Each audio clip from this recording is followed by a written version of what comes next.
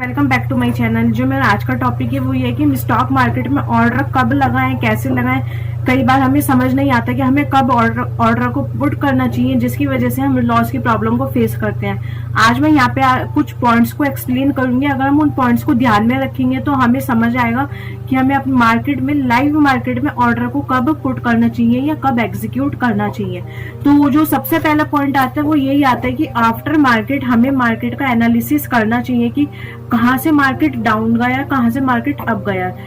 Example के तौर पे 330 मार्केट जो है वो क्लोज हो जाती है। आफ्टर 330 जब भी हमें टाइम मिलता है, हमें मार्केट को हाफ एन आवर या 1 आवर हमें मार्केट को देना चाहिए। वहां पे चार्ट को एनालिसिस करना चाहिए। जिस भी सेगमेंट पे हम ट्रेड करते हैं हमें उस सेगमेंट को अच्छे से एनालिसिस करना चाहिए। तो वहां से हमें समझ आएगा कि यहाँ से मार्केट अप गया और यहाँ से मार्केट डाउन आया। सपोज मार्केट अप जाता तो वहां पे हम ये भी फाइंड आउट करने की कोशिश करें कि यहाँ पे कौन से कैंडलस्टिक पैटर्न बना जिसकी वजह से मार्केट अप गया।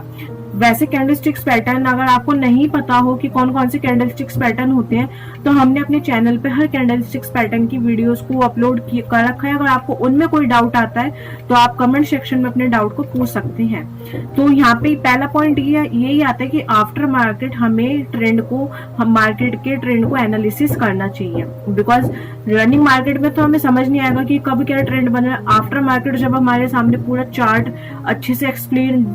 अच्छे से होगा तो हम उसको देख सकते हैं कि कहां से अप और कहां से डाउन है। सेकंड जो पॉइंट आता है वो आता है कि हमें ट्रेंडिंग स्टॉक्स में हमेशा अपनी पोजीशन को बनाना चाहिए। कई बार क्या होता है कि कुछ लोग ऐसे स्टॉक्स में पोजीशन बनाते हैं जो मूवमेंट नहीं देते हैं। वहां पे क्या करते हैं, वो अपनी पोजीशन को बना देते हैं। जब वो स्टॉक्स में मूवमेंट ही नहीं होगी तो वहां पे उनको अपना प्रॉफिट भी देखने को नहीं मिलेगा, वहां पे उनको लॉस ही होगा। वो अपना लॉस बुक करके मार्केट से बाहर हो जाते हैं।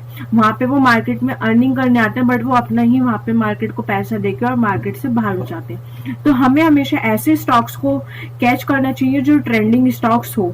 और यहाँ पे हमें ये भी देखना चाहिए कितने पॉइंट ये अप गया और कितने पॉइंट ये डाउन गया।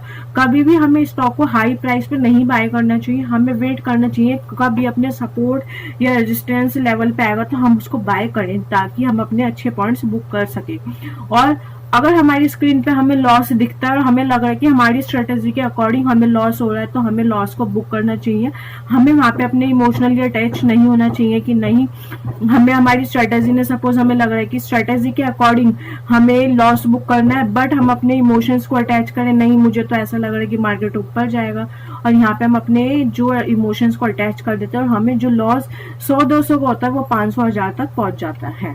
थर्ड पॉइंट आता है कि अगर यहाँ पे हमारा व्यू सेलिंग का व्यू है तो हम इक्विटी में, इंट्राडे में इक्विटी को हम स्टॉक मतलब होल्डिंग कर सकते हैं बाय साइड में, बट सेल साइड में हम होल्डिंग नहीं कर सकते, सेलिंग हम नहीं कर सकते।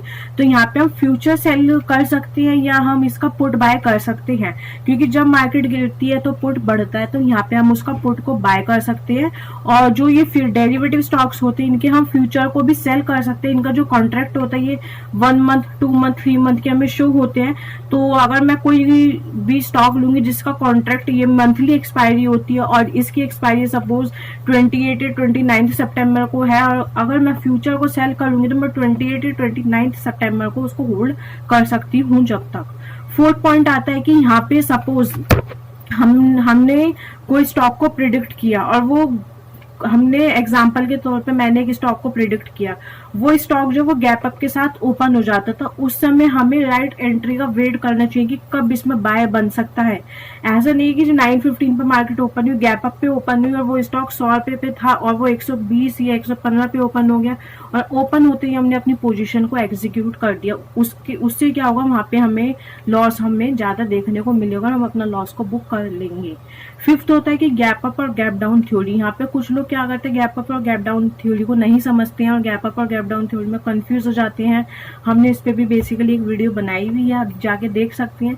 तो यहाँ पे हमें वेट करना चाहिए ब्रेकआउट का। अगर गैप डाउन में सपोज मार्केट ओपन हुई है तो यहाँ पे हमें ब्रेकआउट का वेट करना चाहिए कि कभी अपने सपोर्ट या कभी अपने रेजिस्टेंस लेवल पे आ सकता है, वहां से हम अपनी बाइंग की अपॉर्चुनिटी ढूंढ सकते हैं। बिकॉज इस मार्केट 3:30 बजे तक ओपन रहती है, काफी सारे स्टॉक्स हैं और काफी सारे सेगमेंट्स हैं। ऐसा नहीं है कि हमें अपॉर्चुनिटी नहीं मिलती है, हमें अपने राइट टाइम का वेट करना चाहिए। उसके बाद एक लास्ट पॉइंट यही आता है कि जो भी स्ट्रेटजी आप अपनी खुद बनाते हैं या आप जिस भी स्ट्रेटजी पे ट्रेड करते हैं उस स्ट्रेटजी पे हमें बैक टेस्ट करना चाहिए, पेपर ट्रेड करना चाहिए, उसके बाद ही हमें लाइव मार्केट में अपने रियल मनी से ट्रेड करना चाहिए। तो अगर हम इन पॉइंट्स को सब ध्यान में रखेंगे तो हमारा मार्केट में जो है लॉस बहुत कम होगा, हम एक अच्छा पोटेंशियल रिटर्न को गेन कर सकते हैं। ये वीडियो सिर्फ एक एजुकेशनल पर्पस के लिए, अगर आप किसी भी स्टॉक में बाय सेल या इन्वेस्ट करना चाहते हैं तो आप एक बार अपने फाइनेंशियल एडवाइजर से कॉन्टेक्ट कीजिए या आप अपना एजुकेशन, अपना टेक्निकल एनालिसिस खुद कीजिए। और अगर आप ऐसे ही स्टॉक मार्केट से रिलेटेड अपडेट चाहते हैं तो टेलीग्राम चैनल का मैंने लिंक डिस्क्रिप्शन बॉक्स में दिया हुआ है, आप वहां से उसको ज्वाइन कर सकते हैं। हम ऐसे स्टॉक मार्केट से रिलेटेड अपडेट वहां पे अपडेट करते रहते हैं। Thanks for watching.